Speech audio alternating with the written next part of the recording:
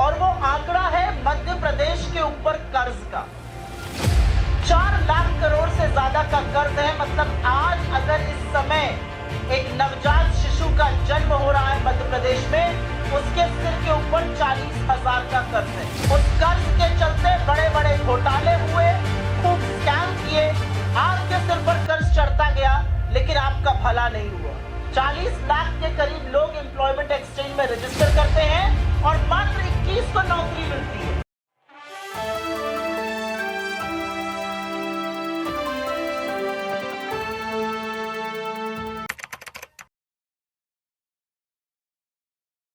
एक बहुत महत्वपूर्ण चुनाव इस देश की राजनीति के लिए, मध्य प्रदेश की राजनीति के लिए, यहाँ की जनता के लिए, आधी आबादी के लिए और 2 करोड़ से ज्यादा युवाओं के लिए हम चुनाव के मुहाने पर आकर खड़े हैं। और जरूरी है कि हम उन बातों पर बात करें जिन पर चुनाव लड़े जाने चाहिए।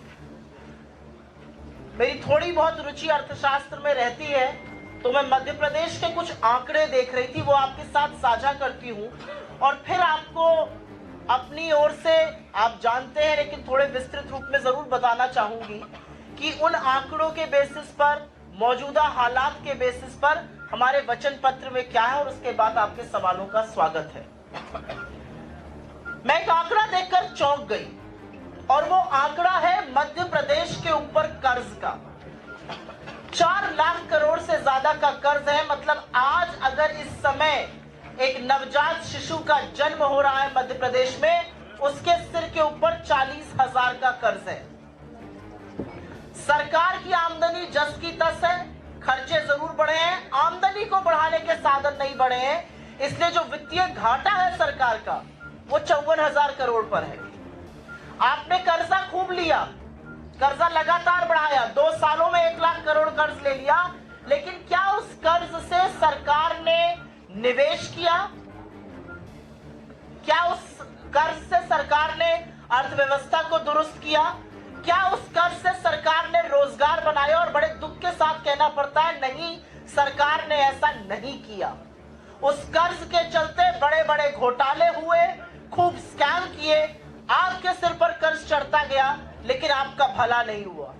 तो कर्ज बढ़ा, वित्तीय घाटा बढ़ा और बेरोजगारी का यह आलम है कि 2 करोड़ युवाओं के भविष्य पर एक प्रश्न चिन्ह लगा हुआ है। 40 लाख के करीब लोग एम्प्लॉयमेंट एक्सचेंज में रजिस्टर करते हैं और मात्र 21 को नौकरी मिलती है।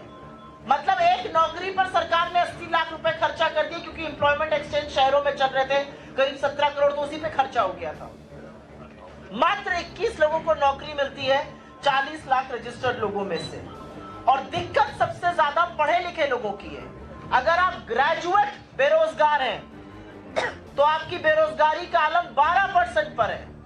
कम पढ़ा लिखा, 5वीं पास तो फिर भी चलो मेहनत मजदूरी करके किसी तरह से अपनी गुजर बसर कर लेता है, लेकिन मध्य प्रदेश में रोजगार के साधन बहुत सीमित हैं और सरकार ने बड़े औद्योगिकरण के लिए, बड़े निवेश के लिए, बड़े उद्योग घरानों को लाने के लिए, मल्टी करोड़ इन्वेस्टमेंट्स के लिए धेने का काम नहीं किया है, और इस बात का मुझे दुख है।